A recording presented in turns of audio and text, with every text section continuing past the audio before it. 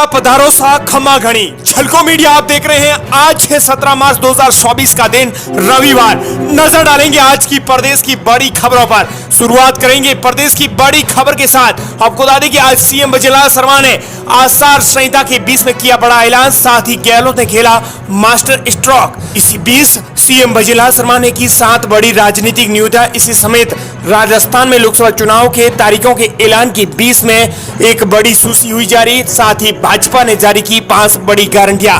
देखिए राजस्थान प्रदेश की आज की 25 फटाफट बड़ी खबरें। वहीं प्रदेश के लिए बड़ी खबर, राजस्थान में कल हुआ बड़ा तबादला, 48 पुलिस अफसरों के हुए ट्रांसफर। गृह विभाग ने 8 एडिशनल एसपी बदली, पुलिस मुख्यालय ने भी 40 डीएसपी का किया तबादला।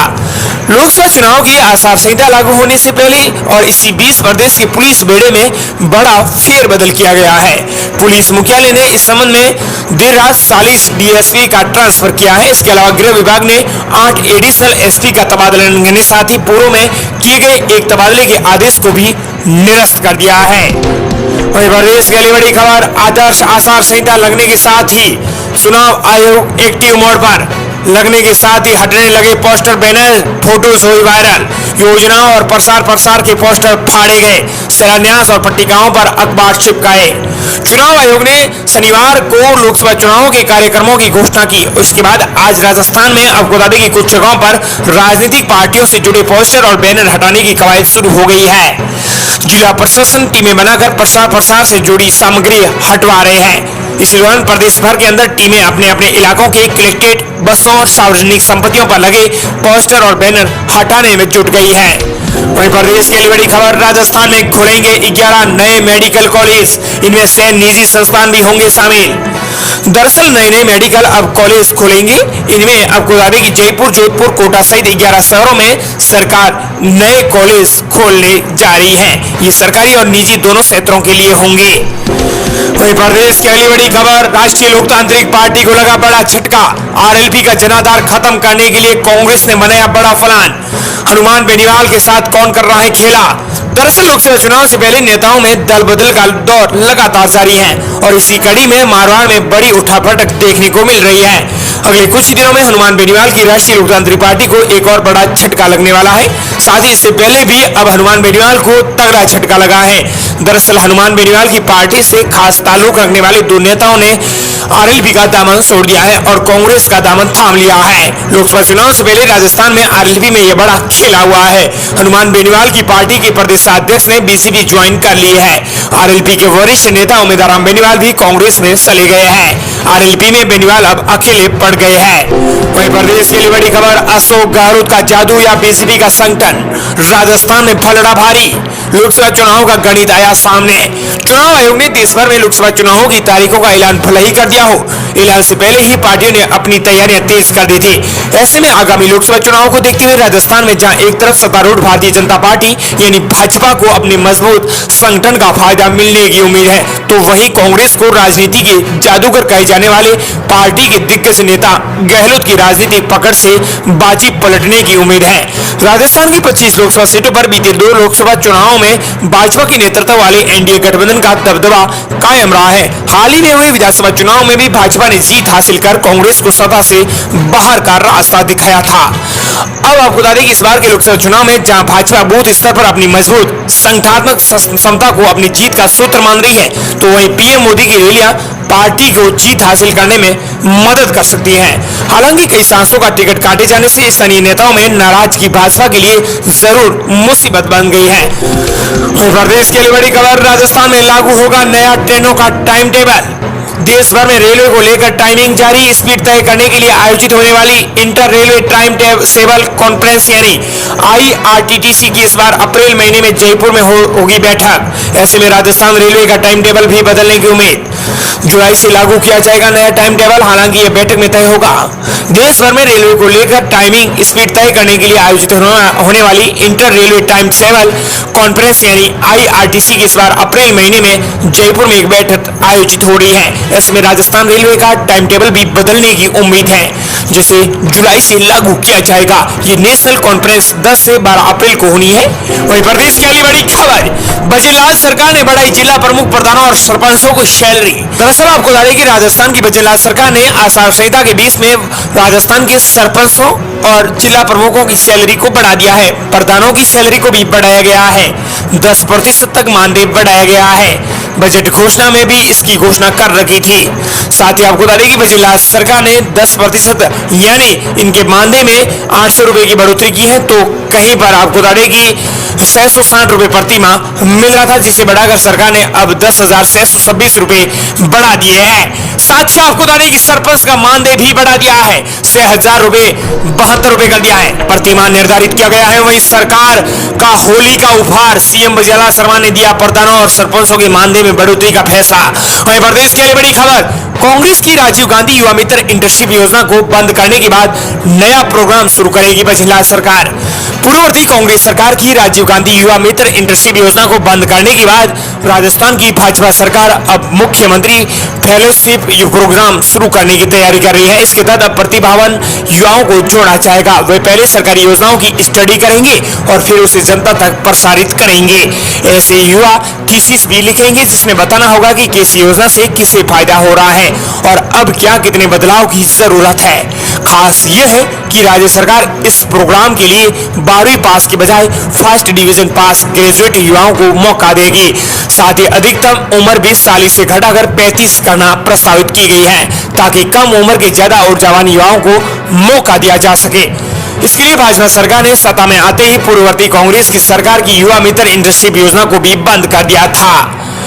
हालांकि सरकार इसके लिए अन्य कार्यों के लिए सैलरी भी 15,000 रुपए से लेकर 2500 रुपए के बीच में अन्य कार्यों के लिए सैलरी दे सकती है।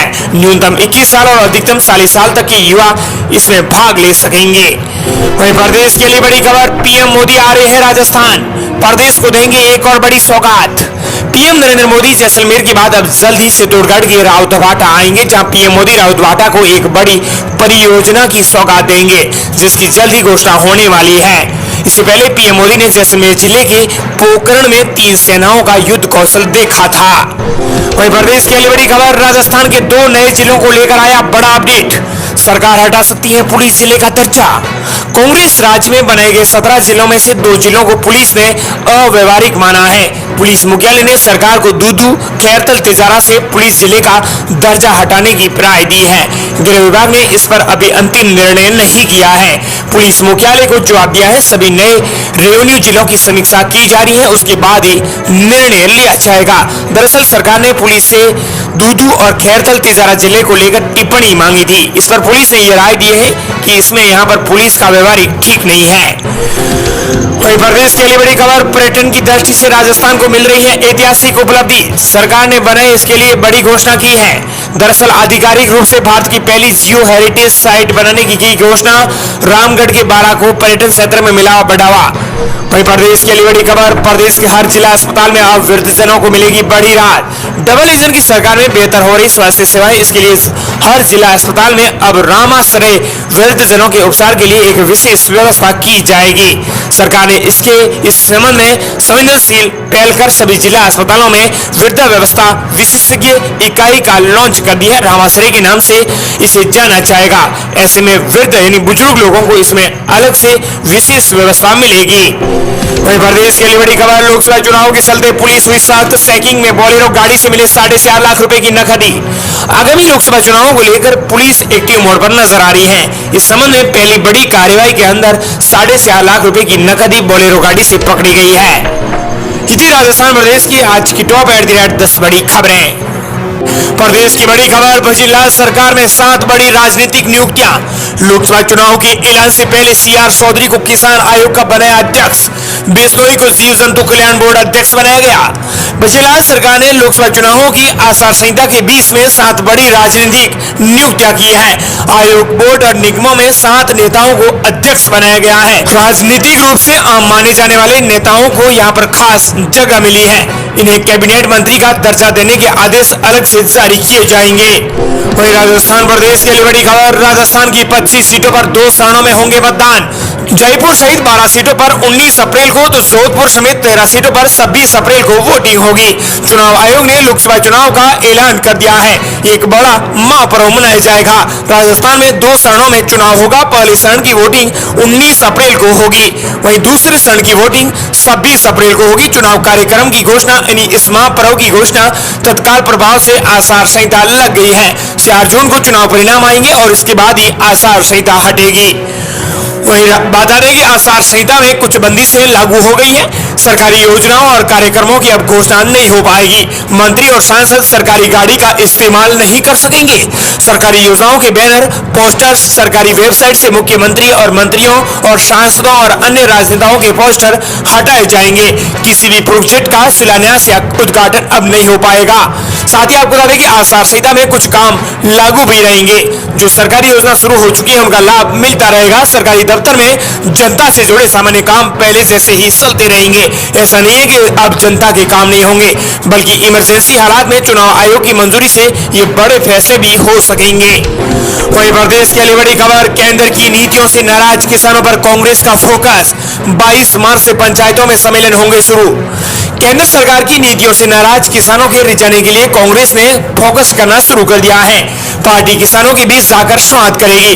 प्रदेश कांग्रेस की ओर से 22 मार्च से पंचायत स्तर पर किसान सम्मेलनों का आगाज होगा। लोकसभा चुनाव के प्रचार के दौरान भी किसान सम्मेलन जारी रहेंगे।